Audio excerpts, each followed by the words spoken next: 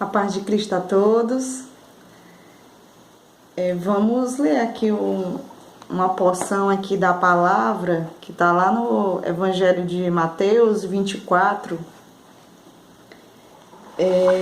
Eu queria falar aqui sobre o maior acontecimento de todos os tempos, a vinda de Jesus.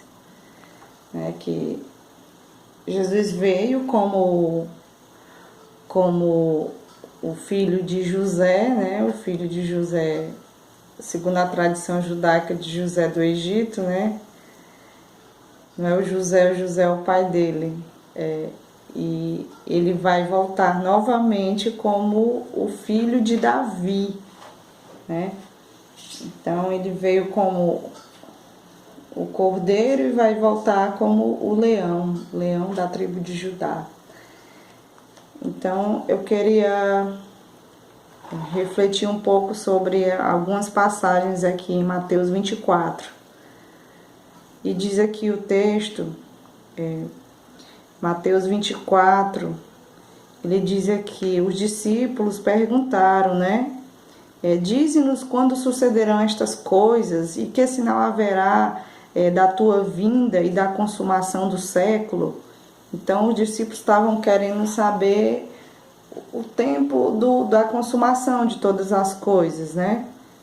Então ele vai e responde: vede que ninguém vos engane.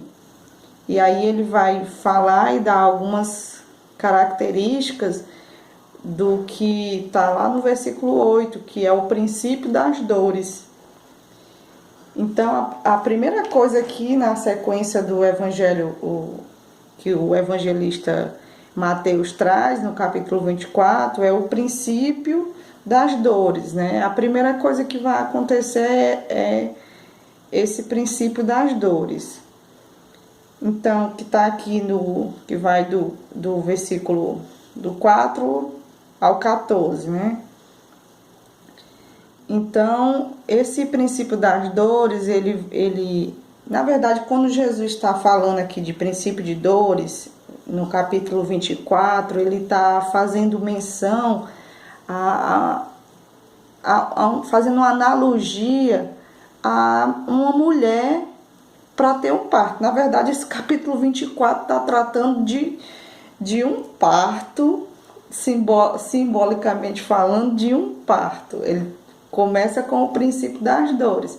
Assim como a mulher que está para dar à luz, ela sente aquelas primeiras contrações, assim também são esses princípios das dores, né?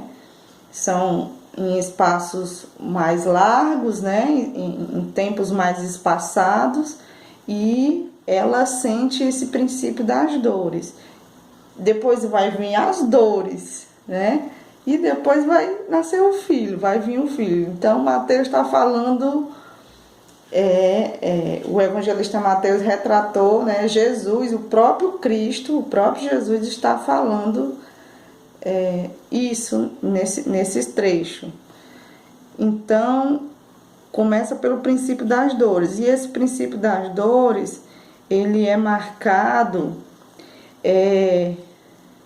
por vários sinais, né, que ele descreve aqui: guerras, rumores de guerras, fomes, pestes, né, nações contra nações, falsos profetas. Mas tudo isso é princípio das dores. E também, quando fala aqui terremotos, né, a palavra de Deus diz que a própria criação, né, ela geme esperando a redenção dos filhos de Deus, né? Ou seja, a manifestação de Cristo e que vai ocasionar essa redenção dos filhos de Deus, a plenitude da adoção dos filhos de Deus, que é a redenção do corpo, né? Então a própria criação de Deus, ela geme e chora, esperando essa redenção dos filhos de Deus. Aí ele vai aqui na sequência no versículo 15, não, em 2 Tessalonicenses, na epístola de Paulo aos Tessalonicenses, capítulo 2, versículo 3. Segunda epístola de Tessalonicenses, capítulo 2, versículo 3.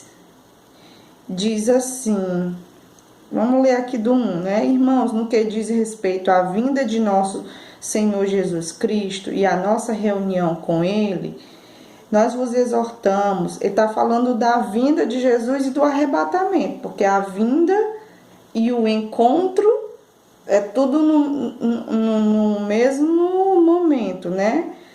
A vinda de Jesus, de nosso Senhor Jesus Cristo e a nossa reunião com Ele, nós vos exortamos a que não vos demovais da vossa mente com facilidade, nem vos perturbeis, quer por espírito, quer por palavra, quer por epístola, como se procedesse de nós, supondo tenha chegado o dia do Senhor.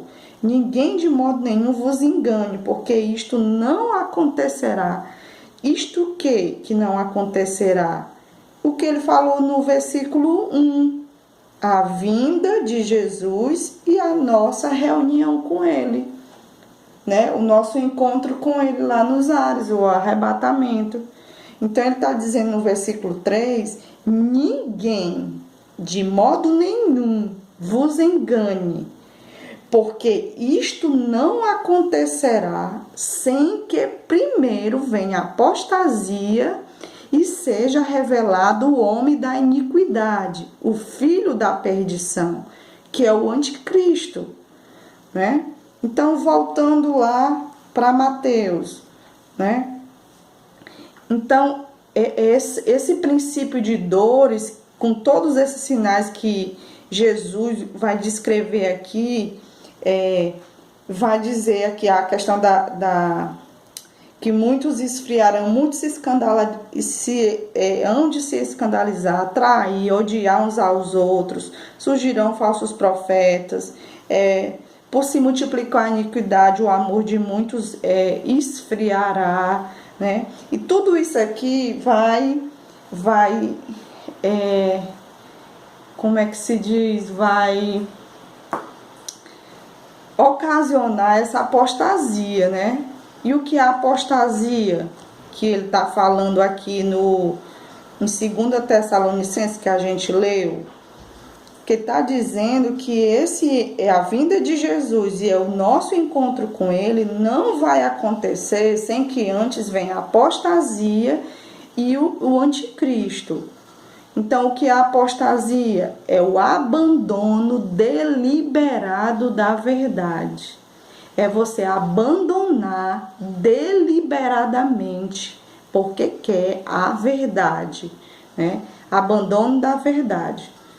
E aqui, todo esse princípio de dores vai acarretar essa apostasia, né? Então, ele diz aqui, a outra coisa é a manifestação do anticristo. Então, Jesus não pode vir, nós não podemos ser arrebatados antes dessas duas coisas, antes da apostasia, né, e antes da manifestação do anticristo. E o próximo período aqui, no capítulo 24, no versículo 15, 24, 15, ele diz: quando, pois, vides o abominável da desolação que falou o profeta Daniel no lugar santo, quem lê entenda. Aqui ele já está descrevendo o segundo período, que é a grande tribulação. Então, é na grande tribulação que essas duas coisas se encontram, a apostasia e o anticristo, né? Então, que está aqui do 15 ao 28, está descrito esse segundo período. O primeiro período é esse do princípio de dores, e o segundo período é esse da grande tribulação, que vai estar lá descrita, né? Que a apostasia e o anticristo. E o que vai acontecer nessa grande tribulação? Vai acontecer a ira de Deus, né? Que são os toques das trombetas, primeiro a abertura dos selos, depois as trombetas e depois as taças da ira de Deus. Essa ira de Deus é o justo juízo de Deus contra toda iniquidade e império do anticristo e todos aqueles que estão junto dele, do anticristo, né? É o justo juízo de Deus contra toda iniquidade e império do anticristo, né?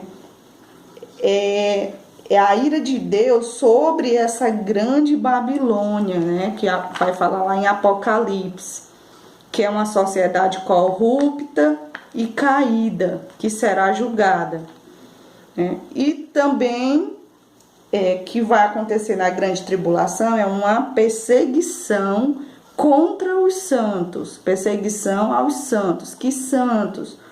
Todos os que têm o Espírito de Deus, o Espírito Santo, todos os que confessam o nome de Jesus, né? Que crê e obedece, que guarda a palavra, que lavou as suas vestiduras no sangue do Cordeiro, né? Somos nós, os santos, né? Então, nesse período da grande tribulação, vai haver essa perseguição aos santos. Então, a ira de Deus contra contra o anticristo, né? E toda essa grande Babilônia, né? E a perseguição aos santos. Nós vamos só citar, certo? Não vamos nos aprofundar nesses pontos. Mas vale ressaltar que essa ira aqui de Deus não é essa ira que está lá, que o João Batista vai falar, né? Quando os fariseus, em Mateus capítulo 3, 7... quando os fariseus e os saduceus vão se batizar, vão ter com João Batista para se batizar, João Batista diz assim: raça de víboras, quem vos induziu a fugir da ira vindoura?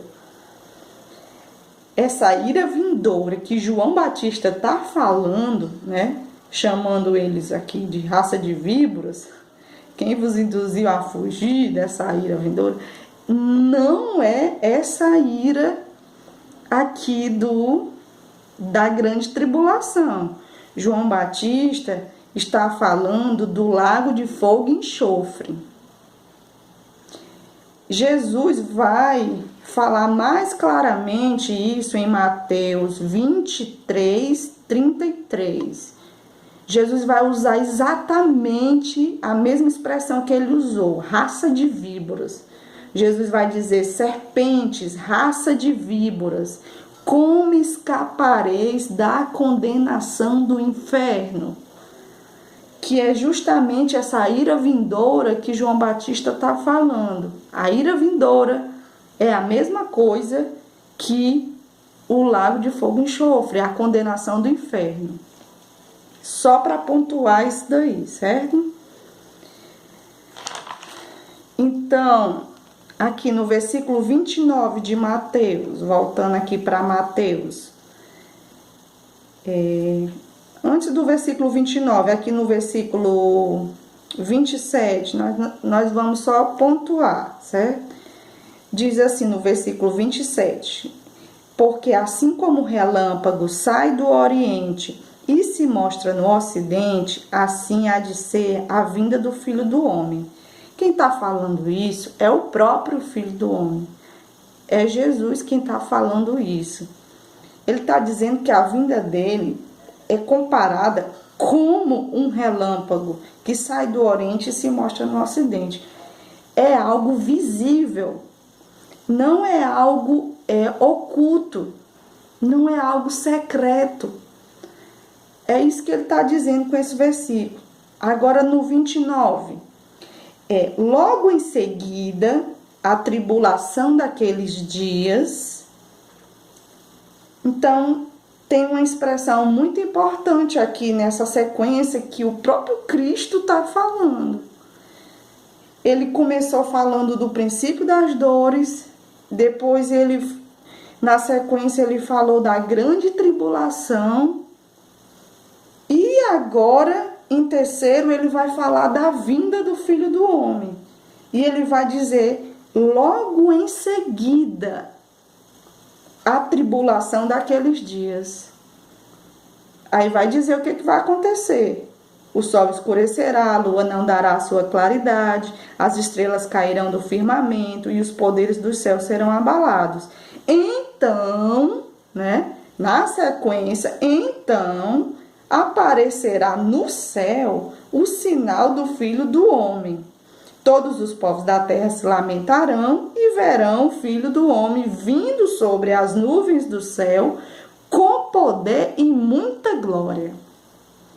Então, o primeiro destaque é que logo em seguida, a vinda do Filho, logo em seguida a tribulação, vai acontecer esses eventos aqui, né, no sol, na lua, nas estrelas, e depois é que vai aparecer o sinal do Filho do Homem, que vai ser manifestado com poder e muita glória. Isso é estrondoso, isso será visível, não tem nada de secreto na vinda de Jesus, na segunda vinda de Jesus, não tem nada de secreto. Então vai ser logo após a tribulação. Que tribulação? A grande tribulação. Vai ser logo após. Então Jesus não vai voltar antes, porque o texto é claro. O texto é claro em dizer que é logo em seguida. Não é antes e nem é na metade. É logo em seguida a tribulação. Tá bem claro. Então, esse evento todo que vai acontecer nesse versículo 29 é a abertura do sexto selo, lá do Apocalipse. É exatamente o que acontece na abertura do sexto selo. Então, só depois disso é que aparecerá o Filho do Homem, né? E aqui no versículo 31 diz, e ele enviará os seus anjos com grande clangor de trombeta, os quais reunirão os seus escolhidos dos quatro ventos, de uma a outra extremidade dos céus. Aqui é o arrebatamento. Os anjos vão fazer essa reunião, essa colheita dos santos, dos escolhidos, dos quatro ventos, de uma e de outra extremidade dos céus, né? Então, a sequência é essa, né? Primeiro vai vir o princípio das dores, depois vem as dores, né? Que é a grande tribulação, quando a mulher está para dar o filho, quando chega nessa fase das dores, a intensidade aumenta e o espaço diminui, né? Em curto espaço, há fortes dores, intensas dores em curto espaço. E é necessário que seja assim. Por quê? Porque a palavra diz aqui que se não fossem abreviados aqueles dias, né? É uma grande tribulação. Diz aqui no versículo 22, se não tivessem aqueles dias sido abreviados, ninguém seria salvo. Mas por causa dos eleitos, né? Por causa dos eleitos,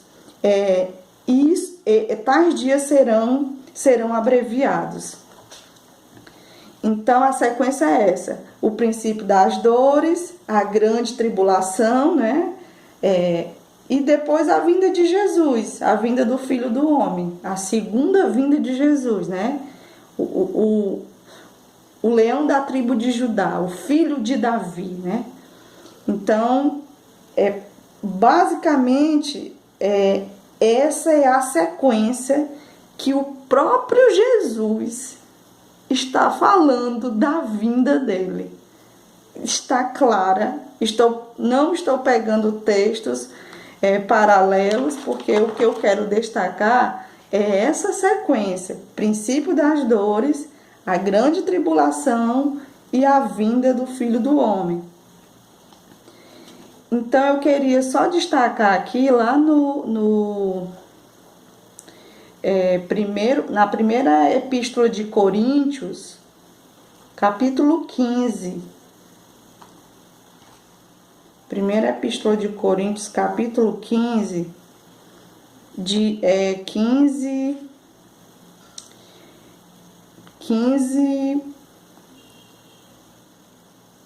23, certo?